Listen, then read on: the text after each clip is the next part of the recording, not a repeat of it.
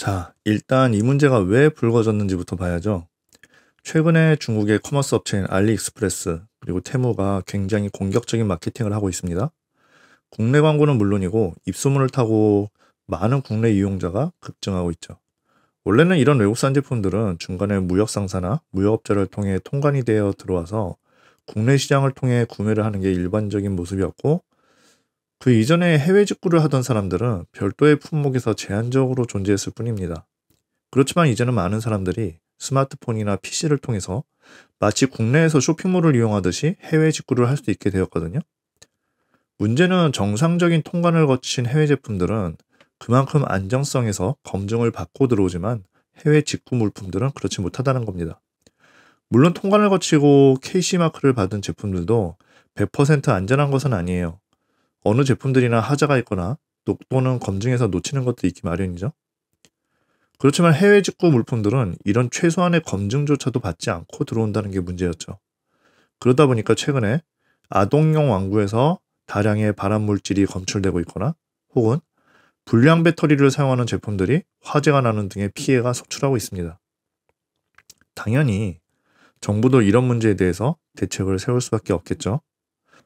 그래서 나온 것이 바로 이번에 해외 직구 금지 조치들입니다. 몇몇 예외 품목들, 대체로 성인들의 기호품들이죠. 이런 것들을 제외한 대부분의 직구 품목들이 규제가 되었습니다. 이제 이런 제품들은 정상적인 통관 절차를 받은 후에 KC마크 인증을 받지 않으면 국내로 들여올 수가 없어요. 하지만 무역 상사를 통해서 대량으로 들여오는 물품들은 이전부터 통관 절차를 받기 때문에 이런 문제에 크게 해당되지는 않죠. 진짜 큰 문제는 개개인들이 구매하는 직구 물품들입니다. 정부에서도 사실상 개인의 해외 직구는 금지하는 것과 마찬가지다라고 말하고 있어요. 제대로 검증되지 않은 해외 물품들로 인해서 피해가 나오고 있으니까 이걸 규제하는 게 맞다.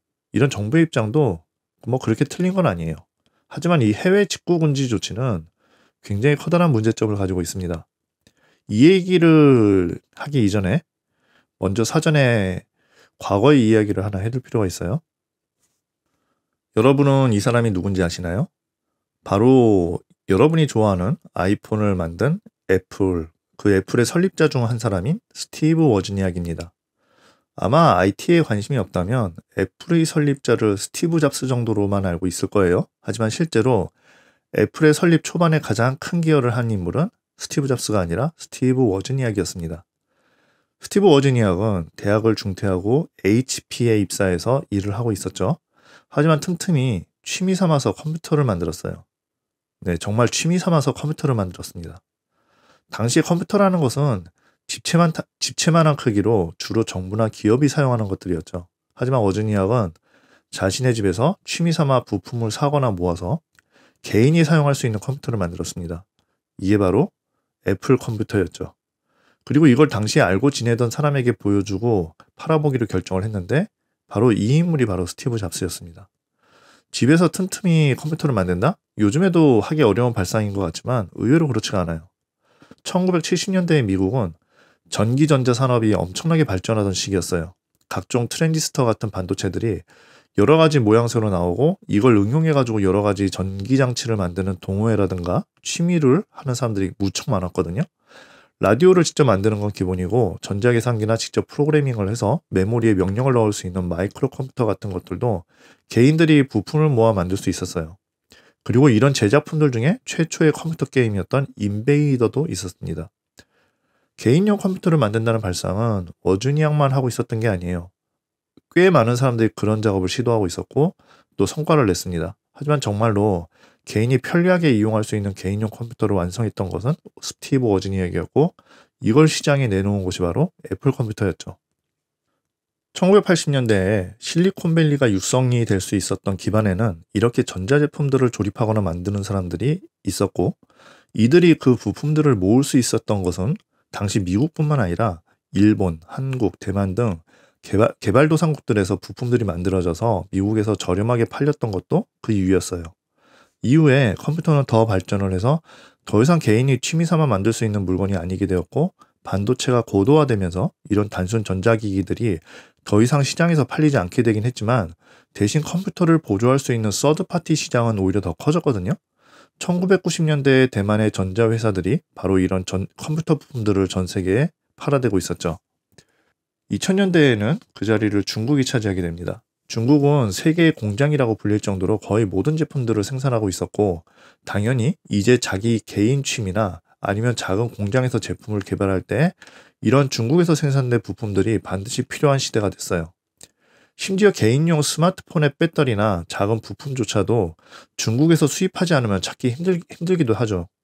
왜냐하면 미국이나 유럽, 일본, 심지어 한국 같은 선진국들에서는 제품이 일정 기간이 지나면 더 이상 애프터 서비스를 제공하지 않고 몇 년이 흐르면 부품조차 남아있지 않아서 고장이 나더라도 수리가 할 수가 없어요. 그런데 이런 경우에도 중국에서는 그런 오래된 제품들의 부품들이 팔리고 있는 경우가 많습니다. 그만큼 중국에서는 정말 많은 게 만들어지고 있어요.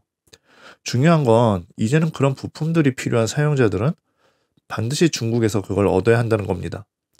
어느 정도 규모가 되는 기업에서는 직접 그런 부품을 조달하거나 아니면 해외에서 대량으로 무역을 통해서 그런 걸 구입할 수가 있지만, 개인이나 소형업체들은 그렇게 할 수가 없죠. 특히 제품 개발을 할 때 들어가는 부품들은 아주 소량이기 때문에 수천, 수만 개 단위로 거래가 이루어지는 정식적인 무역 거래는 이용할 수가 없어요. 그래서 이런 업체들은 해외 직구를 이용하는 경우가 많거든요.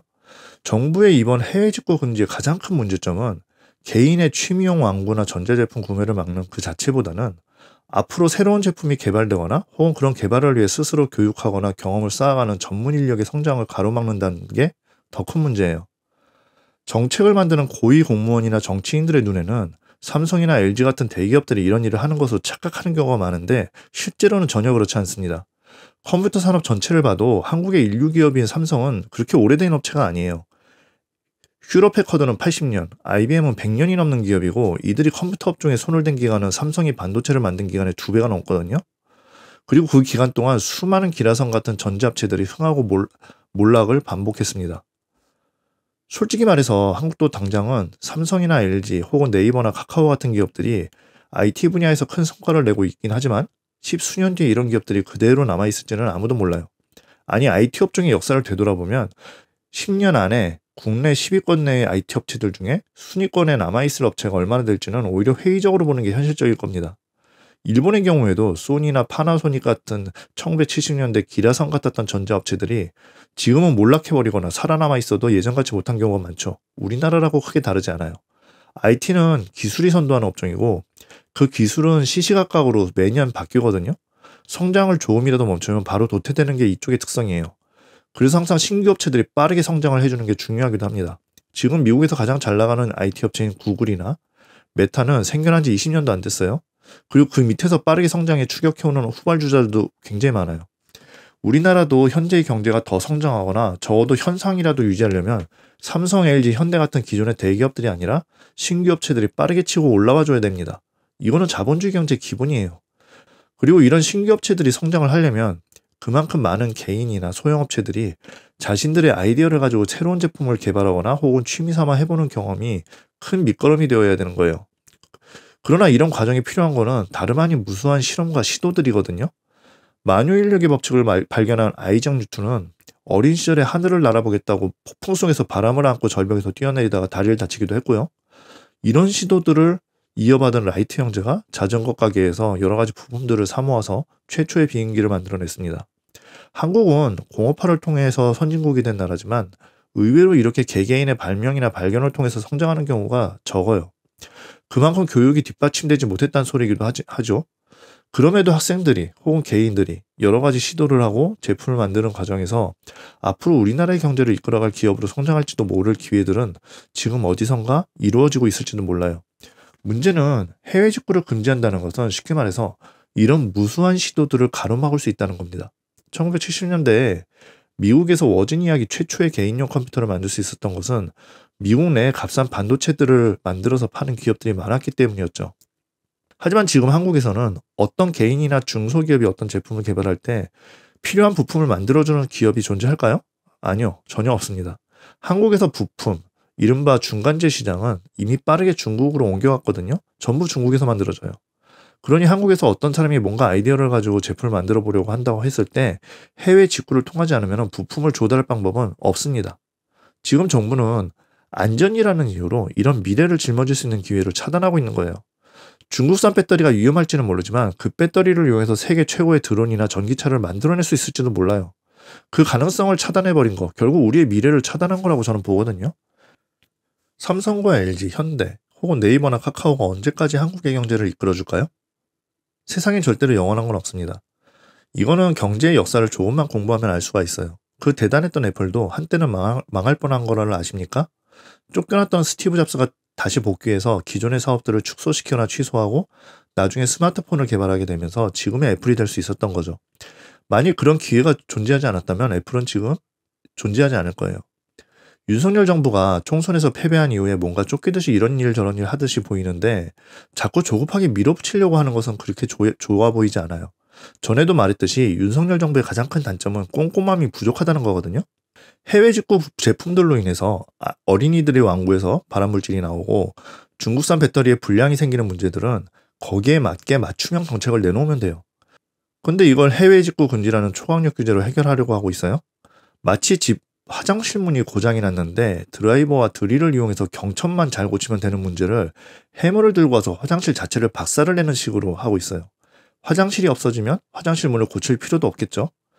과거에는 행정을 통치라고 불렀습니다. 권력자가 힘을 휘둘러서 일을 하는 거죠. 그러나 현대에는 행정을 서비스라고 부릅니다.